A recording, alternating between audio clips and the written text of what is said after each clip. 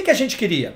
Saber qual era a remuneração de cada um, preparar um projeto de lei que nós fizemos, eu fiz esse projeto, para levar para a LERJ, para colocar os conciliadores remunerados no estado do Rio de Janeiro. Resultado, no caminho da tramitação desse projeto, nasceu o juiz leigo. O que nós fizemos? Fizemos uma renovação, uma adaptação dentro desse processo, desse projeto, e colocamos ali o juiz leigo. Quem seria juiz leigo no Brasil? Os conciliadores mais antigos. Mas não foi o que aconteceu. Tudo, não, mas você não sabe por quê. Aí nós fizemos tudo isso. Conseguimos colocar que juiz leigo seria advogado, conciliador e, claro, aproveitar os mais antigos, os mais experientes. Resultado, fomos para os deputados aceitaram e levaram o projeto. Na época, o presidente do tribunal era o Sérgio Cavalieri. Levamos para o tribunal. Doutor Roque, o senhor está preparado para aprovar isso? Claro que estou. Nós vamos aprovar isso aqui. Colocar o juiz leigo, um conciliador antigo. Um conciliador experiente. Resultado, decepção total. Não tivemos apoio, primeiro, da instituição, a OAB. Segundo, nós não tivemos sustentação dos próprios conciliadores. Na época nós falamos, olha, como tem mais de 5 mil conciliadores aqui, eu tenho certeza que pelo menos uns 50%, 60% vão comparecer, porque é interesse próprio de cada um. Resultado, quando nós fizemos, quando a LERJ marcou o dia da votação, eu esperava, divulgamos muito, fomos nos tribunais, avisamos os conciliadores, muitos não compareceram porque ficaram com medo, muitos não compareceram porque não tiveram interesse nenhum, mas queriam ganhar, queriam se tornar juiz leigo, queriam se tornar conciliador. Resultado, no dia da votação, decepção total. Quase ninguém apareceu lá.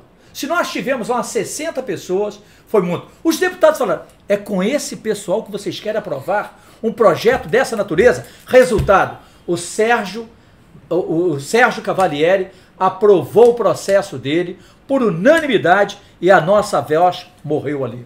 Uma situação triste, lamentável. Doutor Roque, mas é exatamente isso que a gente estava discutindo. É o que nós temos que mudar. Nós temos que fazer isso. A gente precisa participar efetivamente e trazer a classe para participar. Criar a comissão da LERJ, que eu falei aqui. A comissão da LERJ tem que fazer. É essencial. Sabe por quê, doutor Sérgio? Porque essa votação de majoração das custas, ela passou quase em segredo de justiça, correto? Foi. É verdade ou não? Você que participou dela. É verdade. Ó, a majoração das custas do tribunal não teve nenhuma resistência e 99,9% dos advogados aqui do estado do Rio de Janeiro nem tomaram conhecimento. Só que hoje nós estamos sentindo com muita intensidade os efeitos dessa nossa inércia, dessa nossa omissão, igual você falou, doutor Rodrigo, omissão da advocacia. Por quê? Nós não soubemos mobilizar o nosso grupo de advogados no estado do Rio de Janeiro. Não é omissão da advocacia. Não, eu acho que houve. Houve uma omissão da atual gestão da OAB. Também. E me chama a atenção também, o doutor Roque, me faz lembrar. Eles deveriam fazer a divulgação. Algo que é muito importante, a dificuldade dessa mobilização. Hoje eu venho percebendo. Primeiro que tem um grupo que já não gosta mais, não quer mais saber da instituição, não quer mais saber da advocacia. Isso, esse exatamente. É um grupo muito forte. Porque desacredita. Na verdade, existe um grupo que não quer mais Como saber você da disse, advocacia. um grupo muito forte e hoje. existe um grupo que não quer mais saber da instituição porque acha que a instituição não a representa. Não os representa. Então a questão é a grande seguinte, é a gente trazer essas pessoas para cá, dizer da importância da instituição, a importância de se fazer algo para a advocacia, que eu não tenho dúvidas que a gente consegue mudar esse quadro. Veja, nós chegamos a nos dividir, a classe chegou a se dividir por questões ideológicas. Eu nunca tinha visto isso dentro da instituição. Ou na própria advocacia. Hoje está dividida. Outro dia eu peguei, estava com a minha filha, aí falo muito com a minha filha sobre o direito, minha filha tem 13 anos, vai fazer 14, eu falo muito sobre o direito, embora ela não queira ir mas eu falo muito sobre o direito, falo muito da profissão do pai. E outro dia eu peguei o livro do Dever do Advogado, que ela queria, papai, me fala um pouco sobre o advogado. Né? E peguei, o Dever do Advogado, a carta do Rui Barbosa pro Evaristo de Moraes. É uma lição. Todo advogado deveria ler aquilo ali. É uma situação em que o Evaristo de Moraes pergunta ao Rui Barbosa qual a opinião dele, para ele defender uma pessoa que tinha ido ao escritório dele, mas que era inimigo político dele, do Evaristo de Moraes, e do Rui Barbosa. E o Rui Barbosa simplesmente escreve e fala para ele, meu amigo, ele é inimigo político, em resumo, ele é inimigo político. Mas o dever do advogado é a defesa. Então a nossa classe deixou isso acontecer. Tudo que acontece de ruim, dentro de fora da classe, a gente deixou que entrasse na classe. A gente ficou dividido. Hoje as pessoas perguntam, você é advogado de esquerda ou de direita? Você é advogado de centro? Nós somos advogados. Na direita ou esquerda virou esse binômio aqui, virou, só isso. E tivemos muita dificuldade, acho que o doutor também teve na última eleição, falando, eles são de direita, eles são disso, eles são daquilo. A pergunta que ficava no ar era essa. Nós somos direita ou esquerda? pró-advocacia. Nós somos a favor da advocacia, e que isso fique bem claro. E que isso cada vez mais impede a nossa união. É importante que as pessoas tenham isso na cabeça. A advocacia precisa ficar unida, independente de questões ideológicas. Questões ideológicas que afetem a classe, nós temos que discutir sim, de forma democrática. Como porque nós somos a instituição é política. Ela deve ser política. Claro. Ela não deve ser partidária. Isso, o respeito tem que vir de dentro, ou seja, tem que vir da própria instituição para que a gente seja respeitado aqui fora. Inicialmente, quando a nossa instituição é desrespeitada, colabora para o desrespeito para com o advogado, como nós somos vistos aqui fora? Me chamou a atenção, nós temos uma norma muito aplicada no Conselho de Ética, que fala que dos 180 dias da reclamação, do prazo decadencial da reclamação do cliente contra o advogado. Infelizmente, nós temos a interpretação de que esses 180 dias eles devem ser contados a partir do conhecimento do fato pela instituição. Mas é assim que acontece. É assim que acontece. Eu acho completamente equivocado, Dr. Roque, e eu vou levar 10 anos, né? Exatamente.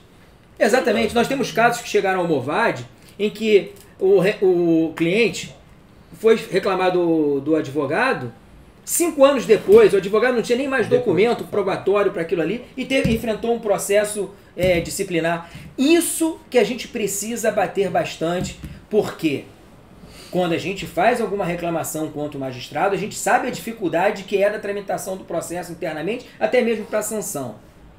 Mas dentro da nossa instituição, é muito fácil punir um advogado. E detalhe que me chamou a atenção aqui no exemplo que você me deu, é que a instituição, ela não foi lesada. Lesado é o cliente. Então tem que correr o prazo do ato que o cliente tem noção do que aconteceu. Sem sombra de dúvida. A OAB ela não tem legitimidade para fixar um prazo diferente, para ela tomar conhecimento. E me chama a atenção, doutor Roque, isso é ruim, doutor Hércio, porque a gente fica com vários colegas nossos respondendo a processos disciplinares de maneira injusta. Eu recebo muito isso lá no Movade.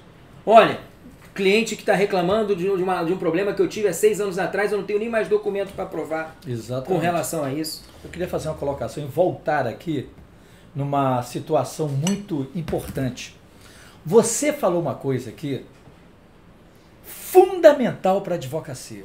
Eu gostaria de voltar a falar mais alguma coisa sobre isso, que é a politicagem dentro da maior instituição do Brasil, que é a OAB.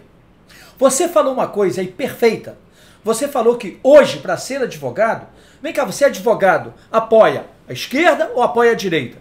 Advogado não tem que apoiar nenhum dos dois partidos. Advogado não tem que ter partido. Advogado tem que ter o seu cliente. Mas temos que admitir, hoje a OAB, a própria instituição, está politizada. E isso arruina a maior instituição do Brasil. A partir do momento que a OAB se omitiu, quedou-se inerte e permitiu que a politicagem, não vou nem falar política, tomasse conta da instituição, nós começamos a ter um retorno só para um lado. E isso é muito negativo. A OAB não tem que inclinar para A ou para B. A OAB tem que seguir uma única direção. Então nós temos que debater aqui, doutor Hércio, uma situação crítica na advocacia, que é a crítica sobre os tribunais, a atuação dos tribunais no Brasil. Que a OAB não pode se omitir. Hoje, nós temos tribunais, igual o caso do Supremo Tribunal Federal, que, lamentavelmente, vem tolhindo, vem rechaçando o exercício da advocacia. Nenhum tribunal pode fazer isso. Por quê? Porque nós temos uma lei, nós temos um estatuto, nós temos 1.500.000 advogados na rua. Como que a OAB ela pode se calar, ajoelhar diante de um quadro desse? Por exemplo, esse episódio que nós tivemos recentemente com o impedimento de um advogado fazer sustentação num tribunal superior em Brasília. Isso é inadmissível. Isso é inadmissível. Então, gente, não é que você vai brigar com os ministros. Você tem que ir lá para exigir do ministro que a lei seja cumprida. Nós temos que, só um minuto, nós temos que exigir que as prerrogativas dos advogados, sem considerar nenhum desrespeito a eles, que nenhum advogado tem que fazer, mas dentro da lei, dentro da ética, dentro da lei 8.906 de 94, nós temos que fazer cumprir a lei. A situação hoje é gravíssima, está denegrindo o nome da nossa instituição, está colocando os advogados doentes. Olha o que eu estou colocando, os advogados estão ficando doentes. Perfeito. Por quê? Porque eles estão vendo causas acontecendo aqui no Brasil sem o apoio, a relevância da instituição que é a nossa OAB. Isso é, como você diz, isso é inadmissível. Então, a partidarização, a politicagem dentro da nossa instituição, nós como advogados, hoje, falando em nome da advocacia e em nome de mais de 1.500.000 advogados, nós temos que acabar com isso. Você vota em quem? Não me interessa. Você vota, também não interessa também. Agora, o que é bom para a advocacia? Não podemos fechar os olhos para os abusos. Exatamente. O que interessa para a advocacia? Prerrogativas. A garantia das prerrogativas. O que interessa para a advocacia? Garantir nossos honorários. Não pagar para receber. Não permitir que as custas subam dessa maneira. Lutar com o Estado, com o município, para colocar, pelo magistrado. Exatamente, advogados, ser atendidos por advogados. Eu acho, doutor Sérgio, doutor Rodrigo, doutor Erso aqui, eu acho um absurdo quando o magistrado sai da sala dele e vem atender um advogado num balcão. Isso é um desrespeito com a advocacia. Ele, antes de fazer o concurso público dele, ele foi advogado. Às vezes você quer conversar um negócio com uma pessoa, você está no balcão, uma pessoa atendendo, falando, você ali querendo discutir um caso gravíssimo da vida do seu cliente, de uma adoção, do problema de alimentos, do medicamento, você ali no balcão sendo atendido. Isso é um absurdo. Parece que é para constranger o advogado. Exato, pode falar, fala aqui na frente de todo mundo. Exato. Não, você tem que ser respeitado. Isso não pode acontecer. Doutor Roque, aquele episódio recente também do advogado fazendo a sustentação oral, se não me engano foi a primeira sustentação oral do caso daquela de advogada? 8 de janeiro. Não, o advogado que errou, se equivocou ao citar, fazer uma citação da literatura, se equivocou, falou o nome do autor errado. E aí teve um ministro da Suprema Corte que arrebentou com ele, falou... Olha, isso é falta de ética. Nós fizemos uma nota, inclusive não, tinha que fazer uma nota, não, entrar com uma reclamação contra ele. Nós fizemos uma nota no Movade, e que eu acho que a instituição deveria tomar uma atitude mais firme, condenando aquela atitude. É inadmissível desrespeitar o advogado da tribuna. Doutor Sérgio, não é na tribuna não, não é na tribuna não. Olha aqui, eu já até intervi também, episódios que você vê, quando o juiz começa a falar, o advogado faz uma pergunta, quando o juiz começa a fazer a colocação dele, você vê uma situação tão constrangedora. Por quê? Porque quando o juiz está ali presidindo aquele ato, ele começa a falar, aí depois quando você sai da sala, a primeira coisa que você escuta, o juiz acabou com o advogado da outra parte, hein? A gente escuta isso.